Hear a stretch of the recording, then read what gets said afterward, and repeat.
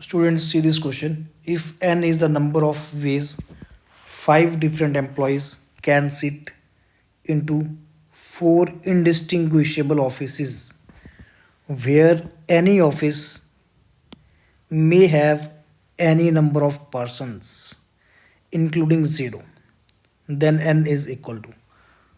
यहाँ पर ये जो वर्ड लिखा ना इनडिस्टिंग्विशेबल, मतलब सारे जो ऑफिस हैं बिल्कुल आइडेंटिकल हैं, एक जैसे हैं वो, है ना। तो इस चीज़ को ध्यान में रखना है। तो स्टार्ट कर रहे हैं क्वेश्चन को। देखिए 5 डिफरेंट एम्प्लॉयज़ हैं, ये मैंने यहाँ पे लिख दिया। मान लो E1, E2, E3, E4 and E5, ये 5 एम्प्लॉयज़ हैं यहाँ पे, और आपको इनको अरेंज करना है। They can sit into 4 indistinguishable offices. तो यहाँ पर 4 ऑफिस हैं और ये सारे एक जैसे हैं, बिल्कुल आइडेंटिकल हैं। तो अगर ये आइडेंटिकल हैं तो इसका मतलब इसका यूज़ आएगा। अभी पहले केसेस बनाते हैं कि क्या कैसे कैसे हो सकता है। अब ज़ीरो भी आ सकता है ना, हो सकता है किसी ऑफिस में बिल्कुल ज़ीरो हो, वहाँ पर कोई और ना हो, ओनली ज़ीरो, खाली हो पूरा पूरा ऑफिस, ऐसा हो सकता है। तो देखो क्या क्या केस हो सकता है। एक में 4 आ गए, अगले में 1 आ गया, है ना, और बाकी 2 में 0 0। एक में 5 आ गया, 0 0, बाकी 3 0 0 हो गए। एक में 3 आ गया, अगले में 2, ये 0 0 हो गया, है ना। इस तरह से केस बनेंगे स्टूडेंट्स। फिर पहले वाले में 3 आ गया, दूसरे में 1 1, 3 1 4 1 5, तो लास्ट वाले में 0 हो जाएगा। फिर फर्स्ट में 2 हो गए, दूसरे में 2, थर्ड में 1, इसमें 0, एंड देन लास्ट एक और बन सकता है, किसी एक में 2 और बाकियों में 1 1 1, इस तरह से। तो आई थिंक ये इतने ही पॉसिबल नंबर ऑफ केसेस हैं। 5 आ सकते हैं, 4 1 3 2, इस तरह से पॉसिबल केसेस बनेंगे। अब स्टूडेंट्स ये जो इनडिस्टिंग्विशेबल वर्ड यहाँ पे लिखा हुआ है ना, इसका मतलब पता क्या है कि जैसे मान लो फर्स्ट में 5 है, अगले में 0 है, यहाँ पे 0 है, यहाँ पे 0 है, और एक 0 5 0 0, एक अरेंजमेंट ये होगी, और एक 0 0 5 0 एंड 0 0 0 5। इस तरह की 4 पॉसिबल अरेंजमेंट्स बन सकती थी अगर एक किसी एक में 5 रखने हो। लेकिन क्योंकि सारे के सारे जो ऑफिस हैं आइडेंटिकल हैं, जब पांचों ने एक ही ऑफिस में बैठना है तो किसी में भी बैठ जाए, कोई फ़र्क नहीं पड़ेगा, चारों में से कहीं भी हो, है ना। तो इसका सिर्फ 1 ही अरेंजमेंट होगा, 1 केस, 1 अरेंजमेंट होगी इसके बाद। मतलब उन चारों के का सिर्फ एक ही हमने कंसिडर करना है। क्लियर। तो 5 0 0 इसको सेलेक्ट करने का, तो 5 पर्सनस में से हमने 5 सेलेक्ट कर लिए, तो 1 वे ओनली, और उसके आगे फर्दर अरेंजमेंट नहीं होगी स्टूडेंट्स। क्लियर। एंड हेयर 5 में से हमने 4 वो ग्रुप कर लिए जिनको हमने किसी एक रूम में रखना है, तो 5C4। और जैसे ही 5 में से कोई 4 हमने सेलेक्ट करे ना, कोई 4, तो जो 5वां बच जाएगा ना, उसको फिर फर्दर सेलेक्ट करने की ज़रूरत नहीं पड़ेगी, उसकी अपने आप एक तरीके से अरेंजमेंट होगी। तो इसका आंसर सिर्फ 5C4 ही होगा।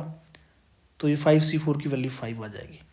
थर्ड में पहले 5, इसमें देखो थर्ड में करना क्या है आपको, 5 में से आपको कोई 3 सेलेक्ट करने हैं, है ना, और जो बचे जाएंगे ना उनकी अरेंजमेंट अपने आप हो चुकी होगी। ये फिर एक सिंगल रूम में रखना है, 1 रूम में, और ये जो 3 होंगे ये भी एक रूम में आएंगे। तो इस तरह की अरेंजमेंट है। तो 5 में से कोई 3 उठा लो, या 5 में से 2 सेलेक्ट कर लो, जो 3 बच जाएंगे उनकी अरेंजमेंट अपने आप हुई होगी।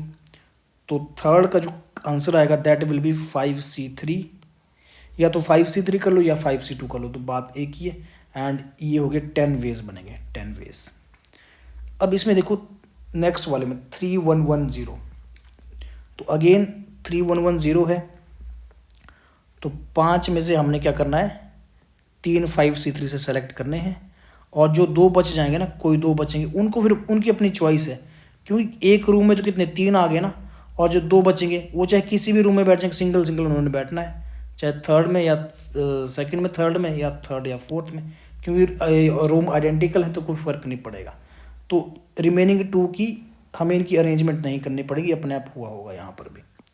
So again it will be 5C3 only which is 10।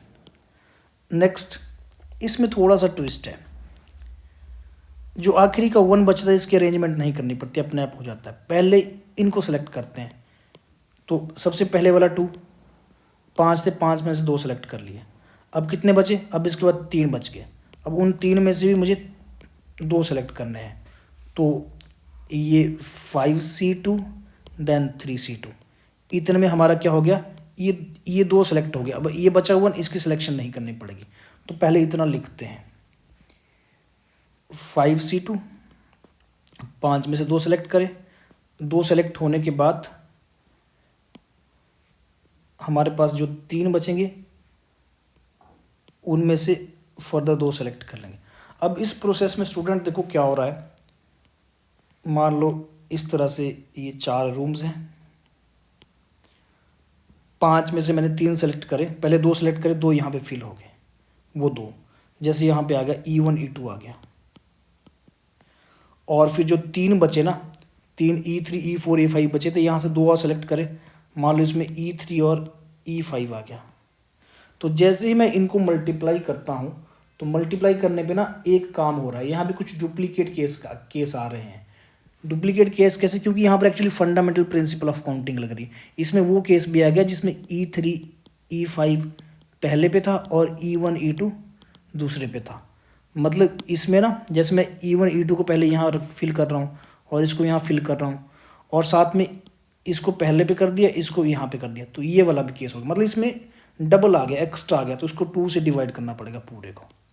जब 2 से डिवाइड कर देंगे तो यहाँ पर कितना बनेगा, 5C2 तो 10 होता है, और 3C2 कितना होता है, ये 3 होता है, तो 15 आ गया। एंड नेक्स्ट 2 1 1 1, तो ये तो सिंपली क्लियर है कि 5 में से 2 सेलेक्ट करेंगे, और 2 सेलेक्ट करने के बाद जो रिमेनिंग 3 बचेंगे उनको चॉइस है कि किसी भी रूम में चले जाएं, किसी भी ऑफिस में, क्योंकि आइडेंटिकल है। तो 5C2 अगेन 10। इन सबको जब हम सम करेंगे तो 10 30 और 20, ये 51 आ गया, total 51 ways. So option C is correct.